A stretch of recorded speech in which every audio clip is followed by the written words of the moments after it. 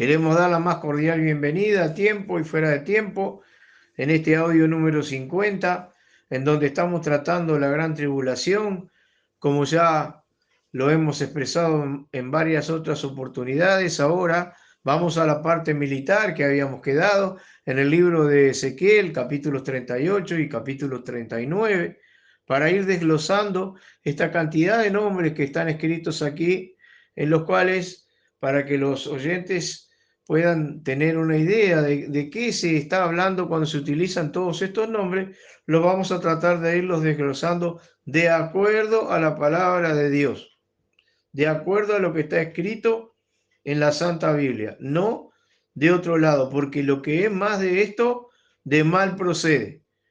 La única fuente de información fidedigna que nosotros podemos tener para ser informados de lo que está escrito en la misma Santa Biblia es la Santa Biblia.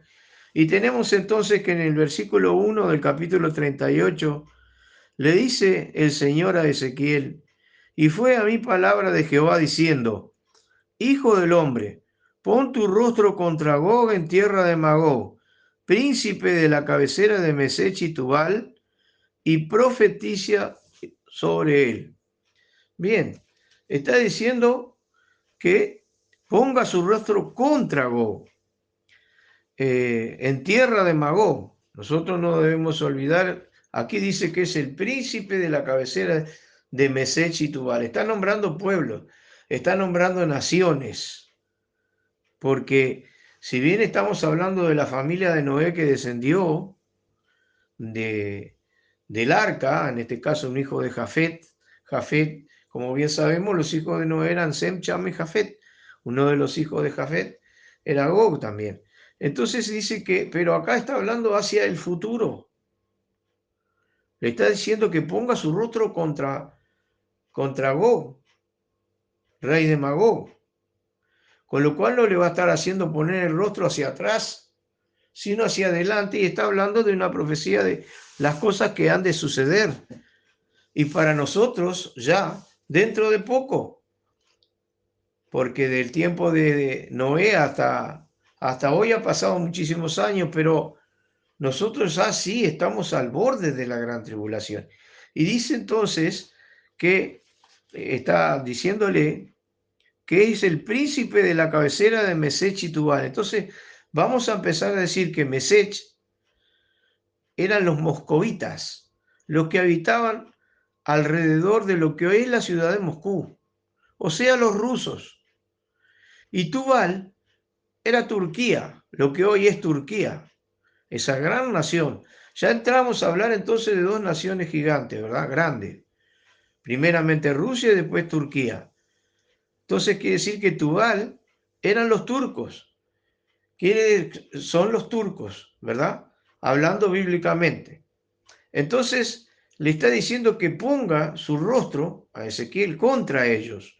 ¿Por qué? Porque van a ser las grandes naciones que se van precisamente a levantar durante la gran tribulación contra Israel en el final de la gran tribulación.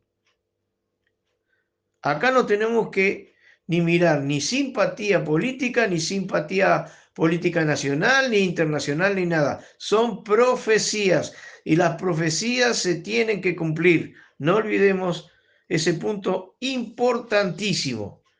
Después dice en el versículo 3, y di, así ha dicho el Señor Jehová, he aquí, yo a ti, oh Gog, príncipe de la cabecera de Mesech y Tubal, y yo te quebrantaré y pondré anzuelos en tus quijadas, y te sacaré a ti y a todo tu ejército, caballeros, vestidos de todos ellos con grande multitud de paveses y escudos, teniendo todos ellos espada. Bueno, hermanos, acá tenemos que entender de que el Señor utiliza las vestimentas de guerra antigua para que el ser humano a través de la historia pueda entender. Pero evidentemente que ese tipo de vestimenta antigua, aunque alguna de ellas pueda estar involucrada, son cambiadas por todos elementos modernos de ataque y de guerra que van a existir y que están existiendo hoy por hoy ya en las guerras que se están manifestando como preámbulo de la gran tribulación. Entonces, diríamos entonces que estamos hablando de drones, estamos hablando de aviones, estamos hablando de helicópteros, estamos hablando de tanques de guerra, estamos hablando de barcos de guerra y de todo elemento bélico que existe hoy modernamente. Rayos láser y un montón de otro tipo de cosas que producen una destrucción masiva tremenda. Como armas convencionales, ni siquiera mencionamos aquellas de las cuales apretan un botón y vuela todo. Esas tienen que dejar reservadas porque desaparecería todo y no va a desaparecer todo porque se tiene que cumplir la profecía de la palabra de Dios. Y acá le está diciendo entonces que va a poner anzuelo en sus quijadas. Un anzuelo es lo que nosotros colocamos en la punta de la tanza de la caña de pescar para poder hacer enganchar al pescado cuando muerde, ¿verdad? Y es sacado. Se le pone algo de carnada y entonces el pescado viene, muerde y queda ensartado. Bueno, ese tipo de cosas van a ser entonces métodos que Dios va a utilizar para que puedan ser utilizados como anzuelos a ese gran ejército que se va a formar, y ya vamos a ir mencionando unas cuantas naciones por las cuales está formado ese grande ejército del norte, de cual la palabra de Dios le está diciendo Magog. Es un compuesto de naciones. El verso 5 dice, Persia y Etiopía, Libia con ellos, todos ellos con escudos y almetes. Acá ya empezó a nombrar algunas naciones. Ya hemos nombrado entonces de que estaba Rusia y Turquía. Agregué entonces Persia. Persia es Irán, ¿verdad? Persia y Etiopía. Cuando dice Etiopía, Etiopía es un país hoy muy pobre que tiene algo más de 1 millón de kilómetros cuadrados, que de a poco y también se está desarrollando en grandes represas y otras cosas más, pero que cuando habla de la Etiopía tenemos que traer a nuestra mente la Etiopía antigua, que abarcaba todos esos países de alrededor de lo que hoy es Etiopía, que son países africanos orientales, allá contra el Mar Rojo. Así entonces ahí se forma un conglomerado de países y vuelven a formar lo que era la vieja Etiopía, que la palabra de Dios le llamaba el reino de Saba o de Seba, que era de donde salió aquella reina a ver los, los lujos que tenía el rey Salomón y su sabiduría, y fue a ver y quedó totalmente conmovida y convertida al Dios de Israel. Esa es la vieja Etiopía, entonces, que menciona la palabra de Dios, porque nosotros tenemos que guiarnos siempre por las expresiones bíblicas, no nos tenemos que olvidar de ese gran detalle. Y entonces acá va incorporando, entonces dijimos que ya estaba por Magog, iba siendo compuesto tanto por Rusia como me olvidé de mencionar que también está China como compuesto de esa gran nación, porque llega hasta la otra punta, Rusia y China. También dijimos Persia y también acabamos de nombrar a Etiopía y Libia, con lo cual también abarca el norte de África, que se van incorporando a ese gran masacote de naciones poderosas, increciendo, que van creciendo económicamente, que van creciendo militarmente. Por eso vemos que tanto Europa como Estados Unidos y otros países en todas estas guerras lo que se está haciendo es debilitando cada vez más. Se están debilitando económicamente, no tienen para aguantar una guerra, no tienen, y mientras que los otros crecen de una manera, de otra manera, con dificultades, pero crecen militarmente, crecen económicamente. ¿Por qué? Bueno, porque la profecía de Dios se tiene que cumplir.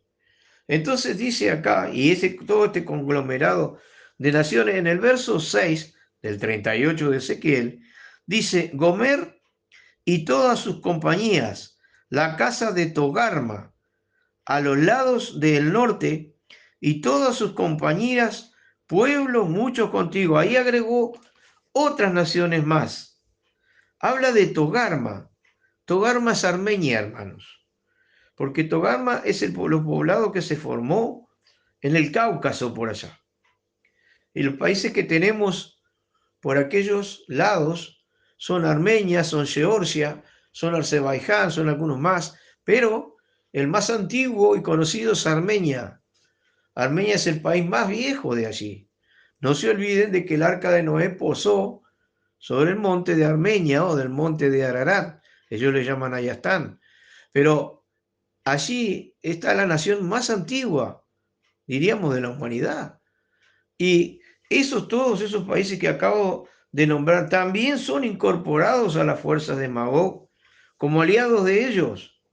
Entonces dice más adelante, la palabra, el versículo 7, dice, aparéjate y apercíbete tú y toda tu multitud que se ha reunido a ti y séles por guarda. O sea que tenemos el hecho de que todas estas naciones están aparejándose y preparándose militarmente para poder atacar a Israel en el final de la historia. Están incorporados a esas naciones también India, entre otras, ¿verdad?